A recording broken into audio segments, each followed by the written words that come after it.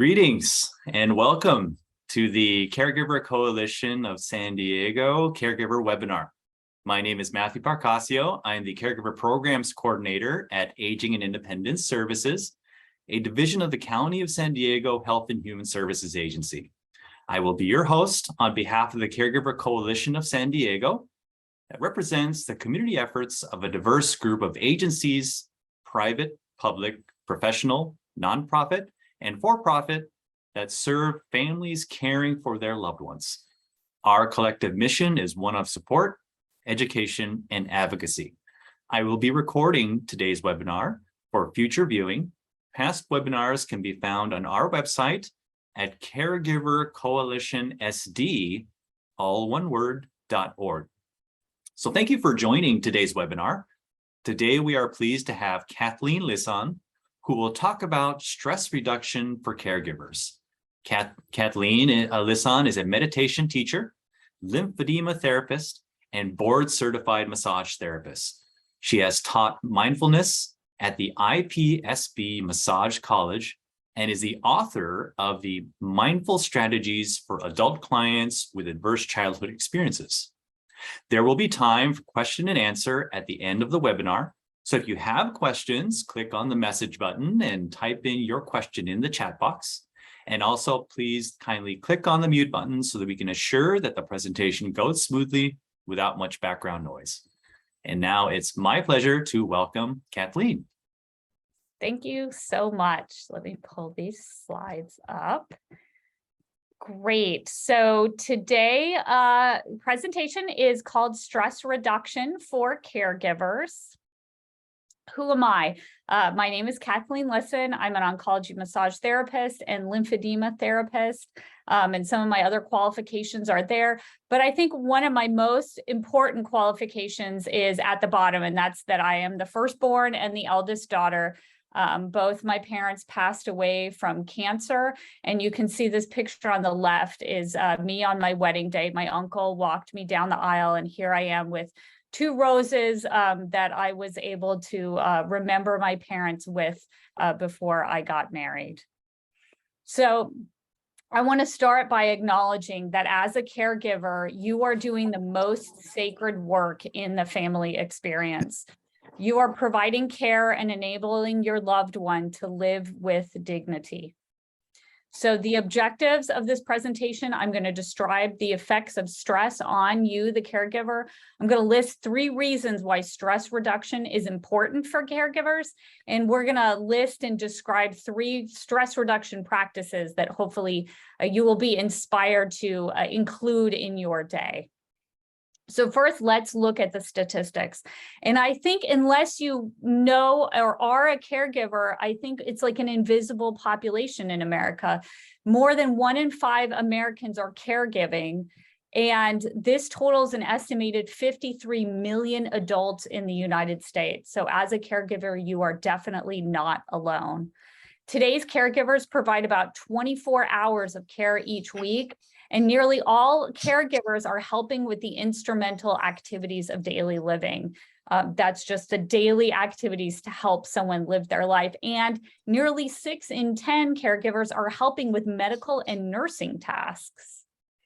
And this all ends up with caregiver stress. I love this picture because it's a multi-generational family. Someone who's a caregiver can be caring for their children and their parents or another loved one in the family at the same time.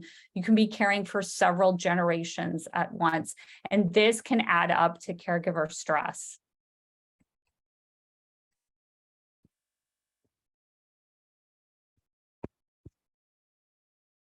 Ooh, my presentation's not working anymore. Oh. Okay, perfect. Okay, fight or flight is our nervous system response to a stressor that's excessive or threatening. The response is designed to be short-lived and enable us to get out of danger. So think about the tiger is coming and all the blood is coming to our muscles so we can run away. But if we're activating that fight or flight nervous system response repeatedly, our physical, mental, and emotional health can be affected. And when we're in fight or flight repeatedly, this is called chronic stress.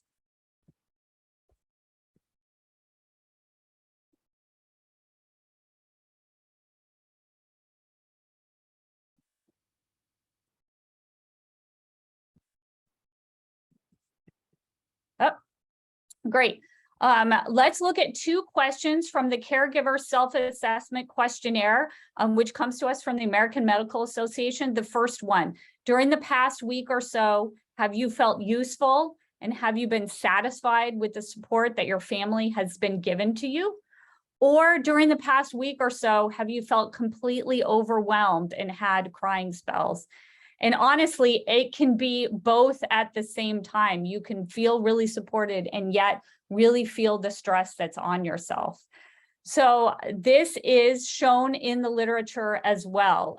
This is research on cancer patients and their caregivers. The primary caregivers are frustrated by the high caregiving burden, and they feel lack of independence and freedom, and they need at times, they feel to hide their depressive symptoms. And this is the big old paradigm, which I think when I was growing up, we all lived in, which is like kind of like, don't worry about me. We need to focus on my loved one. We need to focus on the caregiver. We need to focus on the person that we're giving care to, not the caregiver. And I want to invite you to replace it with the new paradigm, which is honestly, united we stand and divided we fall. We have to consider the patient and the caregiver as a unit and look at their joint physical and psychological outcomes and address the psychosocial problems as a unit, as a dyad, not just focusing only on the person who's getting the care's health. So thinking about that, I want to ask you, and maybe I might be the only person to ask you this week or in a long time, how do you as a caregiver feel on a scale from I have overwhelmed to I am good enough? And here's a simple scale from 0 to 10. It's really important for you to check in with yourself. How do you feel physically? How do you feel emotionally? How do you feel spiritually? And how supported are you in your mission to give care to your loved one? So thinking about that number, I want to lead us in the first of our compassion, of our mindfulness. This is a self-compassion meditation. So all the words are on the screen. I'll invite you to take a position which is alert yet relaxed. And I'm going to say some of these words to you, and you can just breathe normally. If you feel like closing your eyes or gazing downward, that's for if it's comfortable for you, or you can leave your eyes open. It's hard to be a caregiver. And this is part of being human. There is nothing wrong with feeling frustrated about the difficulty of caregiving. And we as caregivers are not the only ones who feel this way. I'll invite you to put your hand on your heart if you haven't already, and say something kind to yourselves. Sometimes it's easy to think of something kind to say.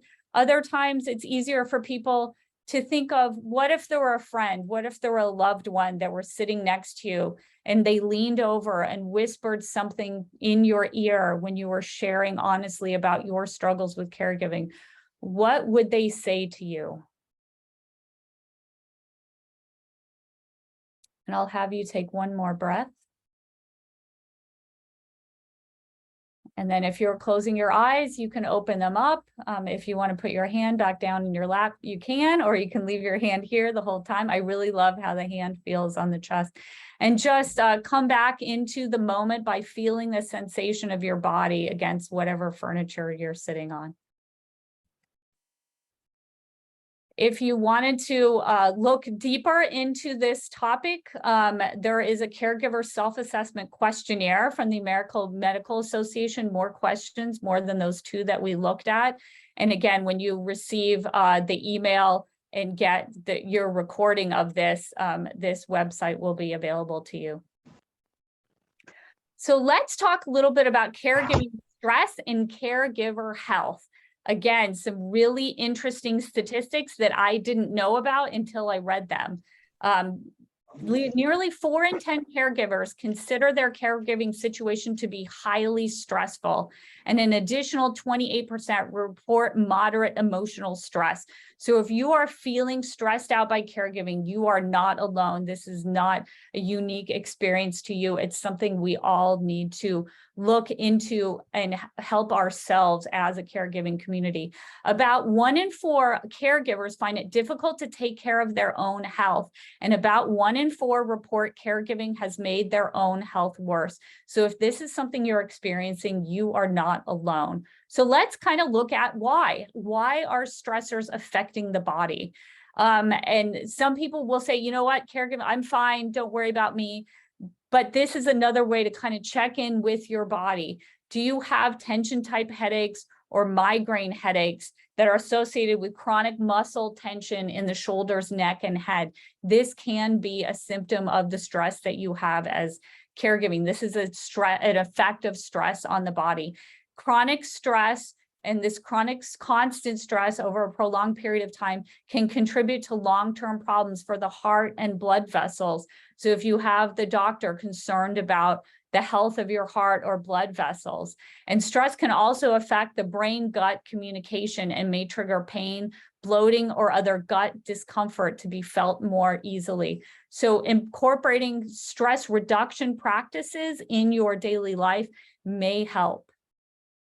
So let's look at one right now. This is actually the stress reduction practice that I was doing right before this webinar, because I was a little stressed out before meeting you. So this is called box breathing. And if you live in San Diego, you know we have a bunch of Navy SEALs in Coronado. This is a breath that they teach in the military that will keep people focused during stressful situations. So this is a really great breath to use yourself. And if you have a caregiver, if you have someone that you're caring for or a loved one that's a veteran, this can be one to show them as well. So while we're doing this, if it feels overwhelming, you can always go back to breathing normally. But we're going to try 8 of these box breaths, and the screens, it's a 2-second inhale, a 2-second hold, a 2-second exhale, and then a 2-second hold. So we're inhaling, holding our breath, exhaling, holding our breath. I'll keep the time for us, and let's try it for 8 times. So inhale, hold, exhale, hold. Inhale, hold, exhale, hold. Inhale, hold, exhale, hold. Inhale, hold, exhale, hold. Inhale, hold, exhale, hold. Inhale, hold, exhale, hold. Inhale, hold, exhale, hold. And then last one, inhale, hold, exhale, hold. Okay, so that you can go back to breathing normally. That was what we call box breathing. And as you get more used to it, you can see that people will go for a 4-second inhale, 4-second hold, 4-second exhale, and 4-second hold. But it's really great to start practicing breathing with a shorter inhale and hold cycle. So kind of feel for a moment how you feel inside your body after doing that simple breathing exercise. Another really great feature of this breathing exercise is you can do it and no one else can tell you're doing it. So let's talk a little bit more about why stress reduction is important for caregivers. And let's get into some specific things that happen to the body during stress, particularly caregiving stress. This is the study that really piqued my interest, the Picard study. So they found that caring for a family member with a chronic condition is a stressful life situation, and just the action of caregiving for someone can be an independent factor for adverse cardiovascular events.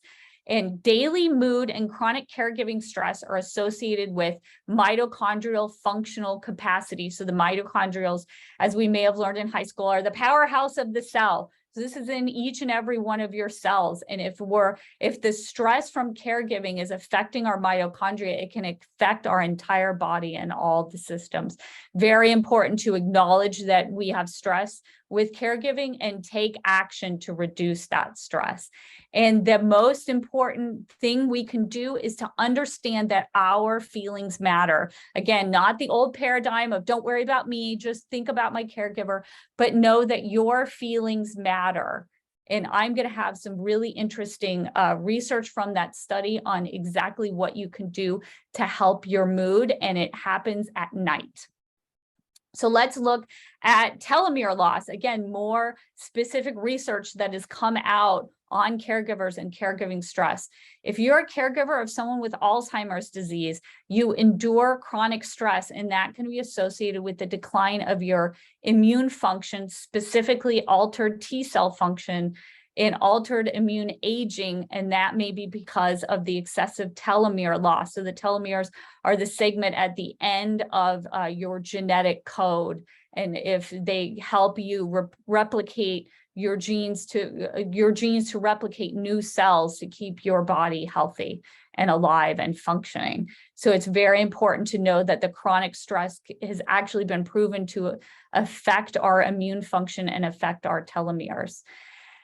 So one way that we can pile the stress on ourselves is something I call the inner critic. So it's that little voice in your head that's kind of narrating your day, and the inner critic can be the one that's kind of berating you. It's the voice inside your head berating you more than even anyone outside telling you that you're not doing a good job. So if you have an inner critic, I'm going to talk about your inner critic and how affecting how your inner critic talks to you can affect your experience of stress.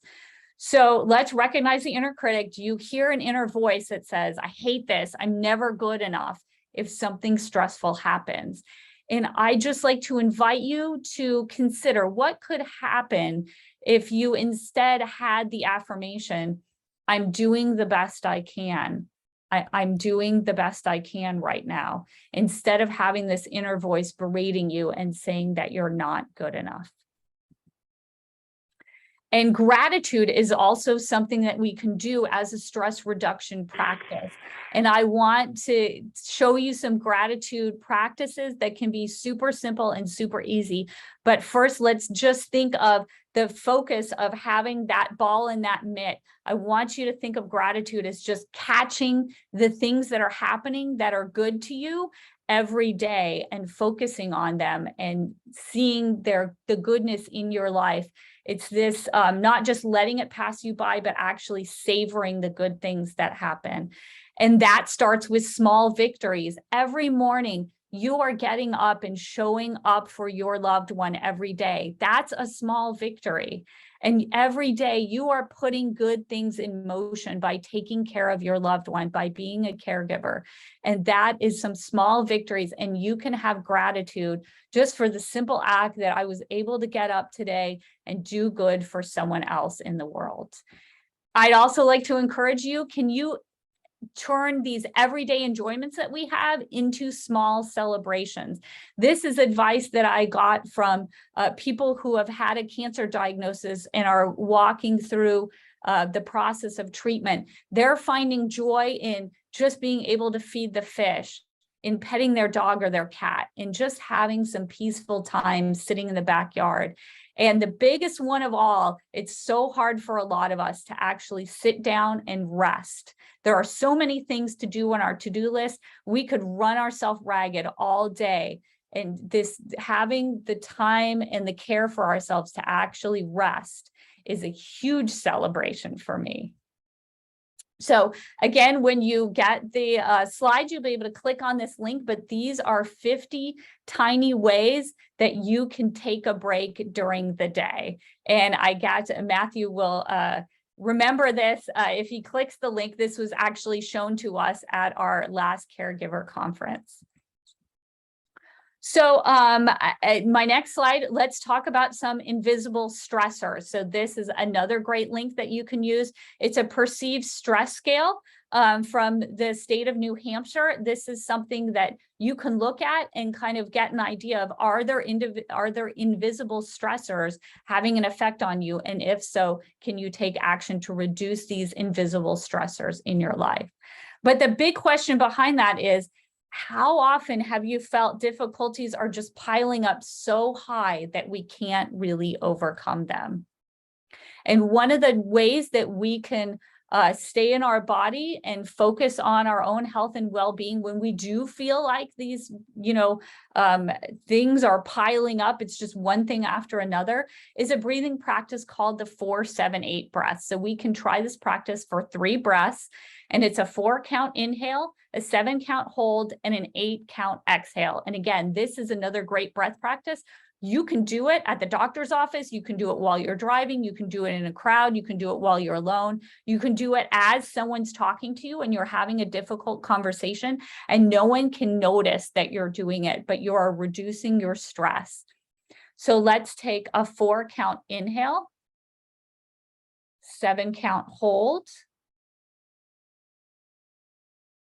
and an 8-count exhale. Inhale, hold, exhale. Last one, inhale, hold, and exhale. Okay, and that's the 4-7-8 breathing practice. You can return to breathing normally and just take a moment. What did you notice in your body?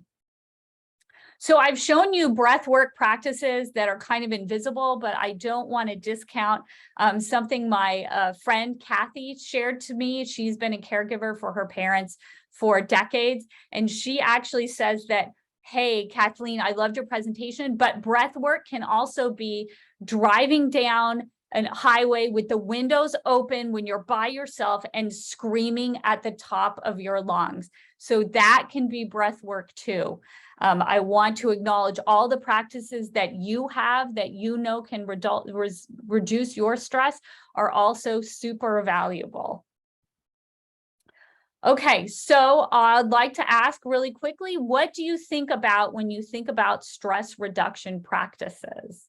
And I have some fun pictures here because there are really like an old and a new paradigm. There's definitely an antiquated paradigm when people talk about stress reduction practices. And you can see some very, very physicians who are very old. This is in the far past. But the very old attitude is like, suck it up, buttercup. I don't need strangers. Family needs to take care of their own. I'm not going to reach out for help. And then something that's slightly newer, but still a little antiquated, is the viewpoint of, you know what, it's no use. No one can really help me. And, these stress reduction and breathwork practices might be good for other people, but, it's not going to be good for me. And like, it sounds nice, but I just don't have the time. And I'd like to invite you to set those old viewpoints aside and come with us to the 21st century and focus on, just like everybody, I need to be loved. I benefit for connection to others.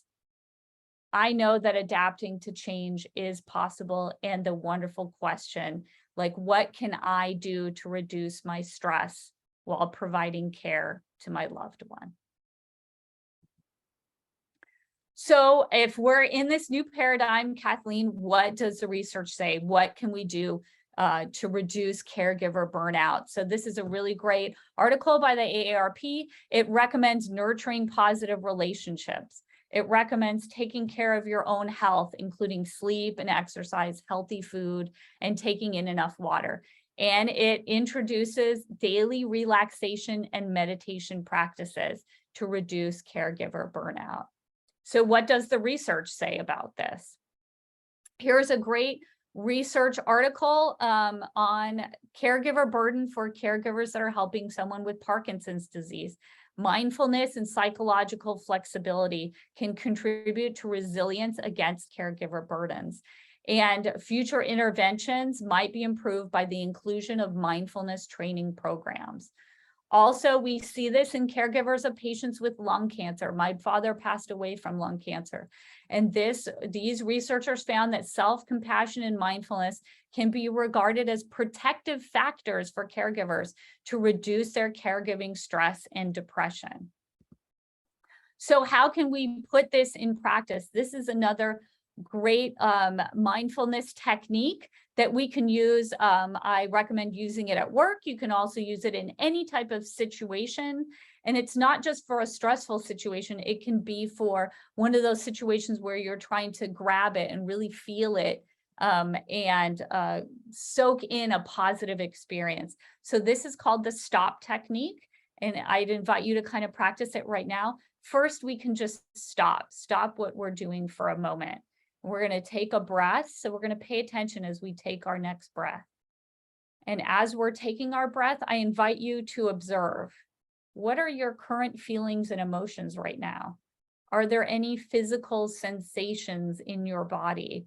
I'm always kind of stressed when I give the presentations, so I can feel a lot of activity in my core and in my guts. And I don't need to change it or judge it. I'm just taking a moment to observe interoception, what's going on inside my own body. And then after that one breath, that short observation period, we can move forward and proceed through what we were doing before. And hopefully this stop technique is going to let us just give that tiny moment where we're checking in with ourselves in the midst of a situation, kind of reorienting. And here's a link, a resource that you can share, look in deeper into this practice. And I'd encourage you to use stop before someone gets hurt. If you're having, for me, it's a stressful situation and I get this little thought that like, this is something I could really say to my husband and he'll learn, I'll teach him.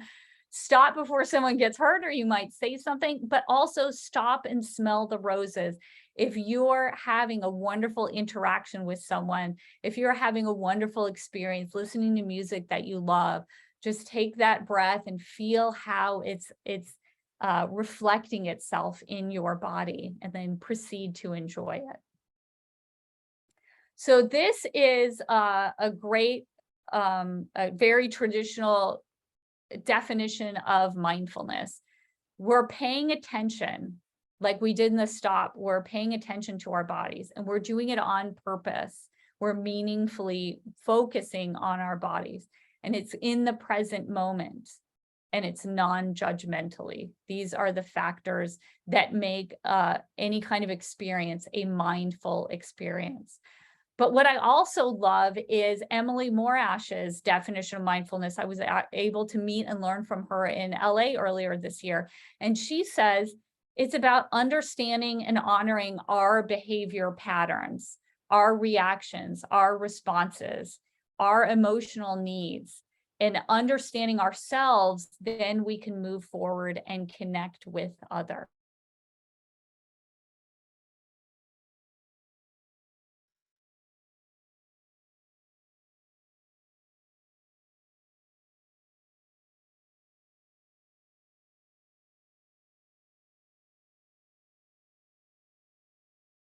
In our bodies is one of the most potent steps we can do to reduce our stress. So can we begin a gratitude practice to improve our nightly positive mood? So how we're feeling at night, how we're feeling before we go to sleep.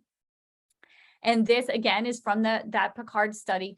The daily emotional states and our caregiving stress are going to influence our mitochondrial function, but elevated positive mood at night was associated with mitochondrial health. So this is found in research. If we can elevate our positive mood at night, and that can be as simple as feeling that gratitude, just taking a moment or two and thinking about the positive experiences that have happened to us during the day, counting our blessings. So what else can build resilience? Big, huge one is respite care. Having someone able to take on the burdens of caregiving with us, and also caregiver support groups. So I will say with the caregiver support group, several people have reached out to me and said, hey, online support groups can be a little overwhelming. That can have some very heartbreaking stories, but they can also be very valuable. And let's look at why. Support groups can function as a protective factor to guard caregivers from the care burden.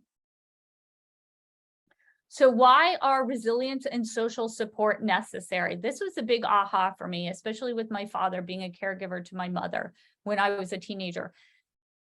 There are decisions that your spouse used to help you make. And once you're a caregiver, they can't have that even footing. So oftentimes we're losing that person that we can bounce things off of. And often people will say, my spouse was my shoulder to cry on. Often when we're being the caregiver, someone is critically ill, chronically ill, in a health crisis, they can't be this shoulder to cry on, and they can't help you make decisions like they used to. And this is where social support can step in and give you help. So there is evidence that caregivers can experience high satisfaction and positive returns from caregiving. But it's the resilience and support that are influencing the caregiver outcomes. So some caregivers are able to have a more positive experience is because they have resilience and social support. So resilience is positive adaptation to face adversity. And if caregivers have low resilience, they're experiencing higher burnout, even if they're in the presence of a low care demand from their care recipient. And if a caregiver has high resilience, they can have a low caregiver burden even when they have high caregiver demands. And again, this comes up back to your feelings, that your feelings really matter. So resilience can be a variable that explains the ability of some caregivers to bounce back and deal with the challenges of caring for their loved ones. And this is where social support group comes in. It can be an effective solution. So let's look at whether support groups are right for you. And so social support has been classified into several different following types. And we're going to take a look really quickly at the benefits for those. So emotional support can be like someone saying, hang in there. They have empathy for you. You can find this in an online or physical caregiver support group. Social appraisal support is also someone saying you mean something. They're helping promote your intrinsic value or skills. Sometimes we feel like, we're just not able to do anything right. And going to that support group and having someone else saying, hey, you have value, your skills are helping. Companionship support is the idea that we're in this together, someone reaching out and giving friendship to you. And then tips, advice, and problem solving. This is the one that my brother really needed when my mother was sick. How do we comfort our person that needs care? How can we help them through their anger? Other people who have had the same experience can share information, knowledge, and tips with you. And then the big one that we think of, instrumental or tangible supports. Kathleen, we're right up past the 30-minute mark. And this is such great information, and I hate to cut it short, but wonderful. Yep. So here are the resources, and you can click on these for Facebook groups. And then here is where you can find me. And then here are my resources. Thank you so much for listening to this presentation. all right. Thank you so much, Kathleen. That's such good information. And does anybody currently have a question for Kathleen? I know in the chat, we received a lot of requests, and Kathleen, if there was some requests for the PowerPoint. So everyone who put their email in the chat, will definitely make sure that you get the PowerPoint. And Stuart, you have a question? Go ahead. I'm Stuart Gaber. I'm a veteran and proud citizen of San Diego County. I'm at a situation now where I have above average care. The love of my life has something called progressive polynuclear palsy, not a good thing to have. Yeah. And we're about 2 or 3 months from running out of cash. And although we have a lot of equity in the house, and in process, there is an attorney working on getting the house out of trust, all the usual stuff. In the likely event that doing all the legal stuff takes more time than we run out of cash, where do you suggest I turn to? Can you, so I'm a meditation teacher, so I was just doing stress reduction practices. That's definitely a stressful thing. And our colleague Rhonda is here. Yeah, Great. I think, Stuart, why don't you do this? Do you have a pen and pencil? Better yet, I got a computer. Okay, would you email me at rsmoot@ams? One second. Okay, It would be, okay, hold on a second. Rhonda, did you include your I see that you include your contact information at the very beginning of the chat. right, exactly. Unfortunately, I missed that. I can give you my email, Rhonda. Would that make it easier on PM? Well, actually, it'd be easier for you to email me with the situation that you're in. Thank you, ma'am. rsmoot, RSMOOT Uh-huh. at amsgcorp.net. Okay. Here, let me put it in the chat. Maybe That would that'll be less easier. stressful for me. Okay. Thank you for an answer. I appreciate it. The reason I'm saying this is that I work with active duty caregivers. And there may be some groups out there that might be able to help you monetarily, Mhm. like Semper Fi Fund or something to that nature. That'd be I great. don't know if it's just, you would have to contact them, but I can go ahead and find out information for you. Thank you for the direction. Yeah, here's my email. That's my corporate email address. I do have I'm a contractor, federal contractor. I do have a mail address, but send it to that one. Thank you, ma'am. Okay. Thank you so much, Rhonda, for supporting Stuart and his question. So before we conclude, I just really want to thank Kathleen Lisson for an amazing caregiver stress reduction webinar today. I myself was practicing the breathing exercises. So again, if you do want the copy of Kathleen's PowerPoint, just make sure to include your email in the chat. And please visit our website at the Caregiver Coalition of San Diego at caregivercoalitionsd.org. You can also follow us on Facebook, Instagram, or Twitter, or you can email us at info-caregivercoalition, all one word, @gmail.com for information on the Caregiver Coalition monthly meetings, caregiver conferences. As a matter of fact, we are having a virtual caregiver conference on veteran caregivers. So that will be coming very, very soon in November on the 10th.